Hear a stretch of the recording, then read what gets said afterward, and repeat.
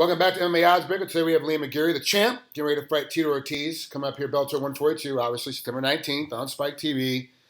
San Jose, California. Liam's obviously, a Brit that lives in New York that's now fighting in California. It's a weird little thing. I interviewed Tito a couple days ago. I happened to get to him first just because of scheduling. Basically, I was like, so, let's like I normally do, break down your opponent. He's like, he's super small, he's super skinny, he has a hard time keeping weight on.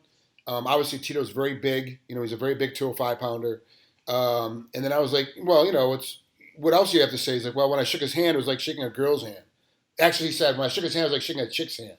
So he's like, he's very soft, he's very skinny, like it won't be any problem, kind of thing, I'm sure you've either heard it or seen it.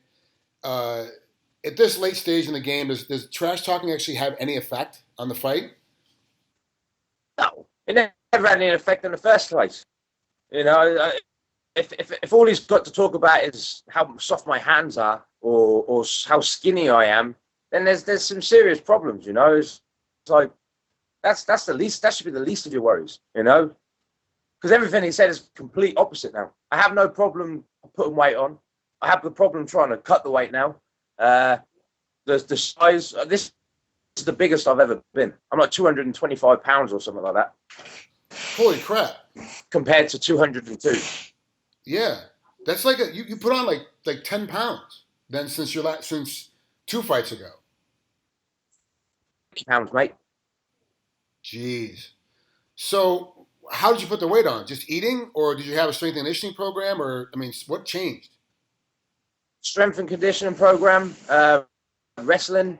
I got a nutritionist. I was eating to be honest with you, I ate half decent. I was eating like chicken and pasta stuff, but this dude, he was like, no, you eat this now. So I'm eating like 6 times a day, the right foods, everything which helped my body, and I've never felt better. Sorry about that, moving the sunbeds around. So obviously you're in the hotel right now, and I saw a couple of photos of you training yesterday. This last week, getting ready for the fight, you flew in last night. You had big press conference today. Like you had a bunch of press crap you had to do. You were dressing your suit.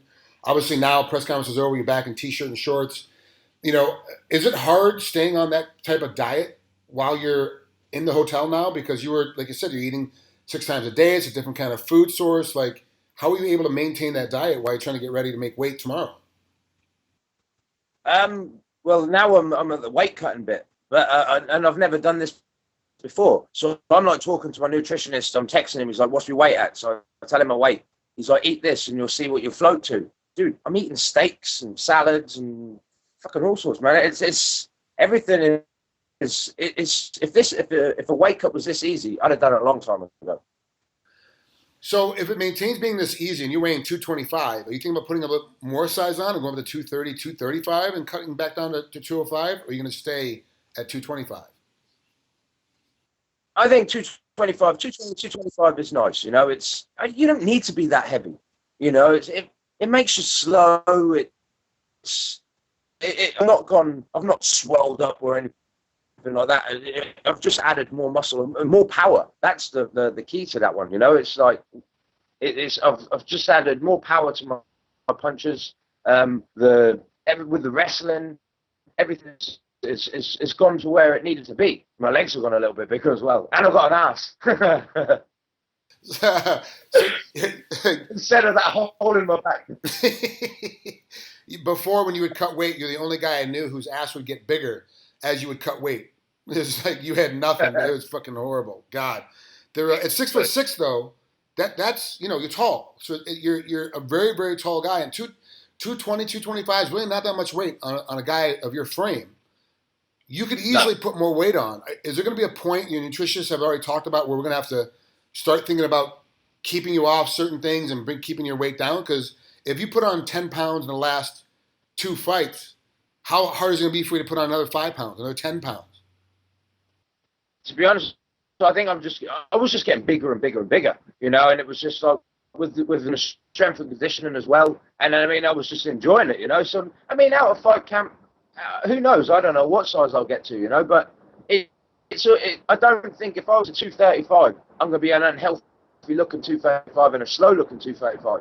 So we'll see, you know. After this fight, we'll see what goes on, and we'll see where I go up to, and then we'll see what happens, you know, and see what I feel comfortable. But I mean, when a fight comes down, I mean, I like this too. I can move around, so I move fast. I'm quick. Everything's working well. All right, let's talk about working well. You know, come cage time Saturday night, and we gotta figure out Tito Ortiz. You had to break down the science of him. Like, he's older, obviously. He is past his prime. You know, we've talked about it, but he's in a more stable home life.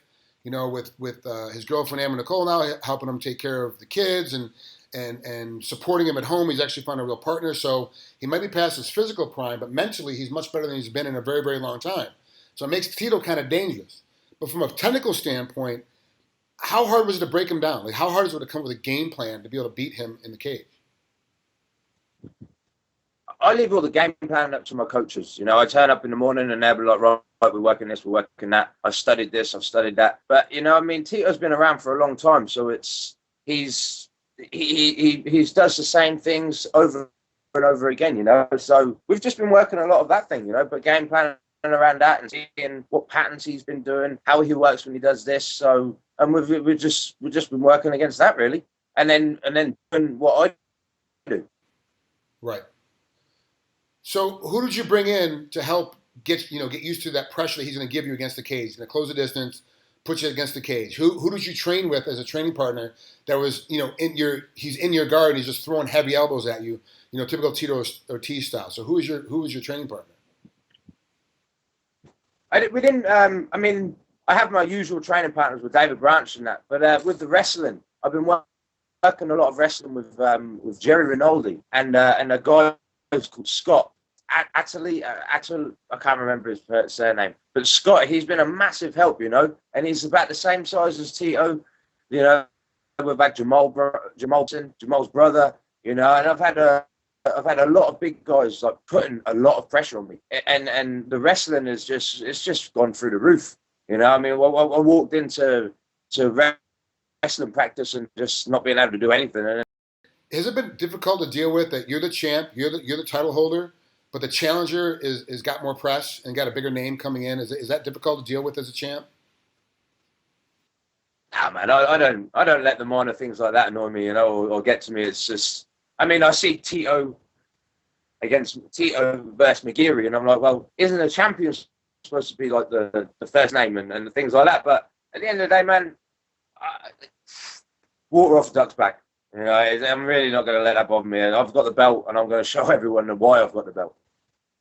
Coker put together a really good thing with Dynamite this weekend. Like, it's a huge event. Like, it's getting a lot of press, a lot of pull. Have you noticed any extra press around you don't normally see? Have you noticed any extra interviews you've had to do that you normally don't have to do because now all of a sudden it's such a bigger deal because of the way Coker kind of, you know, presents this whole thing? Yeah, there's definitely been a lot of press. I've had people turning up at my house doing camera things, following me around for days, and much to my dismay, I didn't really want them there, but I had to do it, you know, it's part of the job. So, but no, I mean, there has been a hell of a lot more. I mean, like today we did the press conference thing, and it was cool, man. It was like all open, and all the people was walking around, and just it was a good buzz in the air, you know. It was just a relaxed feeling, you know, and it's nice to have that cozy, nice and relaxed feeling, and just not everyone's always on edge and taking things so seriously, you know. Although we all know it's a serious job, but it's always nice to just have a laugh and a joke around it. You can't if you're walking around with a face on you like this the whole time, and it's like, who gets to enjoy it? You know, you kind of dread coming away to these things. And in fact, I fucking love coming to these things. They're really just a good fun, good environment, and they get the sunshine as well for a little bit. Right. Okay, you win Saturday night. What are you going to do after the fight? What's your nightlife going to be like Saturday night after the fight? Saturday night after the fight? I haven't even thought about this, you know. I mean, everybody's asked. I mean, like after the last fight, I didn't do anything. You know, I was so tired. a long training camp. My body was battered, and it was just like I just wanted to lie in my bed and just do nothing, you know. So I don't know. I mean, I'm going to hang out in San Jose for a little while. I want to get my leg tattooed. That's what I want to do. So that's the one thing I got on my mind. What are you going to put on it? I don't know. Yeah, I'm thinking like a battle scene or something like that. Oh, you're going to get a full sock, or what are you going to get? I'm getting a full. I want the full leg done. From hip to ankle? Yeah, well, up to the top of my thigh, yeah. Wow, jeez. I've got a long leg as well. Yeah, I know, right? It's about 3 feet of leg. Do you have an artist already picked to do the tattooing?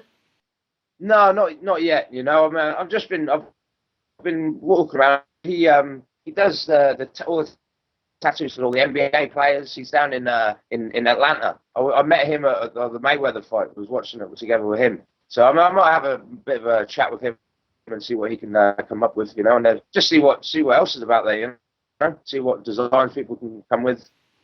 You got to text me pictures of it as a progress from the draw to the outline on your actual skin all the way up through till it gets done. I want to see this process for sure. Yeah, definitely. All right, Liam, man, thanks for coming on here, man. I appreciate it, especially on a day before you got to make weight. I appreciate you coming here and spending some time with us. Good luck this weekend, man. It's gonna be a great fight. It's awesome to finally see, you know, how big Bellator is, you know, jumping up with Spike. This is gonna be it's another great weekend for Scott Coker and all the guys involved. Definitely, man. Definitely. Everybody's in for a great show. Appreciate it, brother. I'll talk to you soon. Take it easy, mate. See you later, buddy.